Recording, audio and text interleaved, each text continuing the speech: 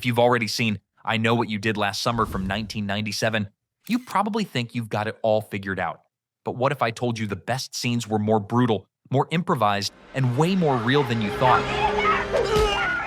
This isn't your average trivia list. We're digging into 24 weird facts from behind the camera, straight from the blood, sweat, and tears that never made it into the script.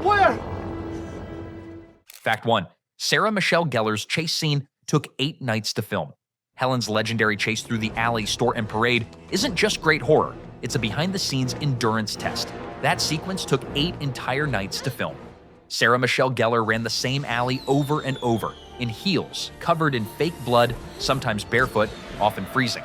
The physical toll was real: bruises, sore legs, and lost sleep. And despite being exhausted, Gellar insisted on doing most of it herself. The result? One of the most iconic chase scenes in slasher history. And every bead of sweat in that scene was earned the hard way. Fact 2. The line, "What are you waiting for?" was a kid's dare. What are you waiting for, huh? What are you waiting for? One of the most quoted and most random lines in the entire movie wasn't in the script.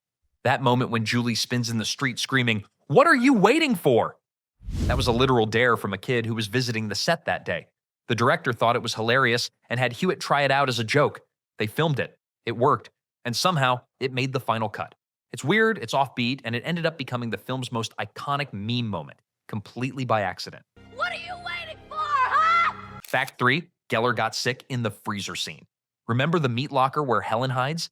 That wasn't just cold acting. The crew shot that scene in a real working industrial freezer to get the icy breath effect, and Gellar was inside for hours. No special effects, no green screen.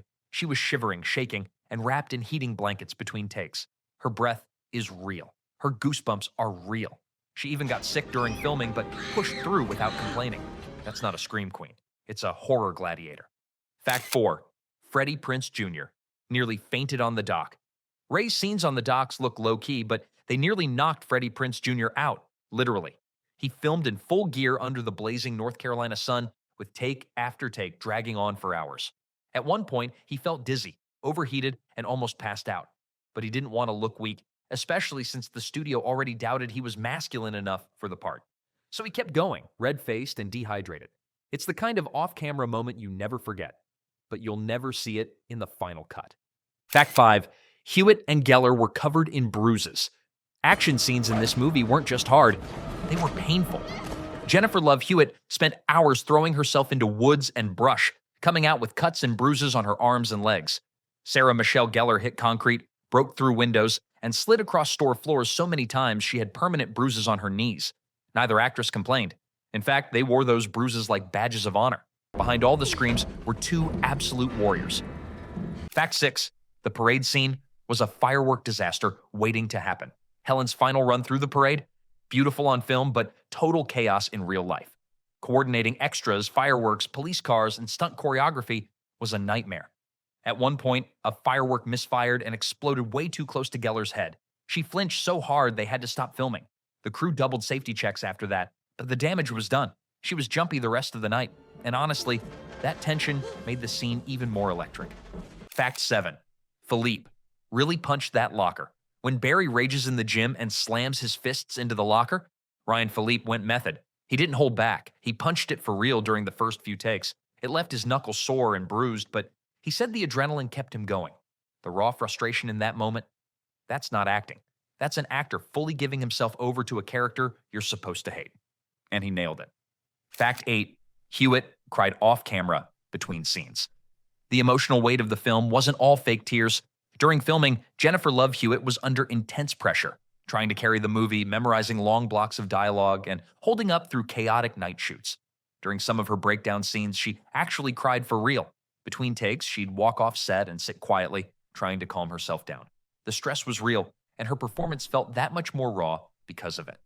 Fact 9. The car scene was a stunt nightmare. The night they hit the man in the rain, one of the most complicated scenes to shoot. It required a stunt driver, precise weather effects, and an intense amount of coordination. Jennifer Love Hewitt had to do over a dozen takes slamming her body onto the car hood for close-ups. The water, the screaming, the fake blood. It got into everything. By the end of the shoot, she was sore, soaked, and emotionally wrecked. But it worked. That moment set the tone for the entire film. What do we do? Help! Fact 10. Gellar did all but one part of her final scene. Helen's final fight. Sarah Michelle Gellar did almost every bit of it herself. Running through alleys, throwing herself against doors, smashing into glass, all her. The only shot she didn't do was the final drag away after the kill. That was a stunt double, and that's part of why the scene hit so hard. It feels real, because it almost was. Fact 11. Freddie Prinze Jr. got lost on set. In one of the funnier mishaps, Freddie Prinze Jr. once disappeared from set for nearly an hour. He'd gone for coffee during a location shoot on the docks and got lost in the maze of trailers, warehouses, and fog. The crew thought he'd bailed. Turns out he was just wandering around with an iced latte, totally confused. After that, he got assigned a PA just to keep track of him. Fact 12. The rainy nights were mostly real. Much of the movie's moody fog and mist wasn't CGI or special effects. It was North Carolina's unpredictable weather. Several night shoots got slammed with real fog and rain. The crew decided to just roll with it, but it made equipment short out, makeup run, and continuity a nightmare. The result? Some of the eeriest, most authentic atmosphere in the whole movie, courtesy of Mother Nature. Fact 13. Hewitt nearly passed on the role. Jennifer Love Hewitt wasn't sold on the part at first. She was nervous about being typecast after other horror projects and didn't want to just be another scream queen. But Kevin Williamson personally called her to talk her into it. He told her Julie had emotional weight. She wasn't just another victim. After reading the full script, Hewitt signed on. It became her breakout movie role. Fact 14. Philippe's beach rant was loosely scripted. That beach scene where Barry loses it and starts screaming at everyone? Ryan Phillippe added several of those lines himself. He felt Barry needed more edge, more arrogance, and took the liberty of improvising some of the rant. The result was raw, snappy, and more believable. Director Jim Gillespie loved it so much, he kept most of it in the final cut. Fact 15. Gellar and Prince fell in love after the shoot. Here's your real-life romance arc. Sarah Michelle Gellar and Freddie Prinze Jr. didn't start dating during filming, but a year later, after doing press together, they connected. A sushi dinner turned into something more, and decades later, they're still married. A horror movie couple that actually worked out? We'd love to see it. What's even better? They've both admitted they rewatch the movie sometimes just to laugh at how awkward their scenes were before they became a couple. Fact 16. That red Shivers sign almost ruined the scene. That iconic red department store sign in Helen's chase scene looks great, but it gave the crew hell. It buzzed loudly, flickered unpredictably, and ran so hot they had to kill the power between every take. Sometimes it wouldn't turn back on at all. But when it worked, it gave us one of the most unforgettable backdrops in any slasher movie. The lighting crew hated it, but the editor loved it. It gave the whole sequence an eerie, surreal glow that made Helen's death scene pop. Fact 17. Muse Watson was a real-life fisherman. Muse Watson, who played Ben Willis, wasn't just pretending. He actually grew up fishing. He brought that salty, slow-moving menace to the role from real experience. He even helped choreograph how the killer should swing the hook for maximum effect. You're not just seeing a killer, you're seeing someone who's lived the work boots, the raincoat, and the sea. And fun fact, he said the raincoat reminded him of storms back home in Mississippi, which made it easier for him to stay in character. Fact 18, the ending was a total afterthought. That final mirror jump scare where I Still Know appears, not part of the original movie. Test audiences wanted one more scare, so they added it during reshoots, months after production wrapped. They filmed it in a single day on a small soundstage. It worked. Audiences screamed one last time, and the sequel was officially on. The producers have said that jump scare alone added millions to the box office because it left people buzzing as they walked out of theaters. Fact 19.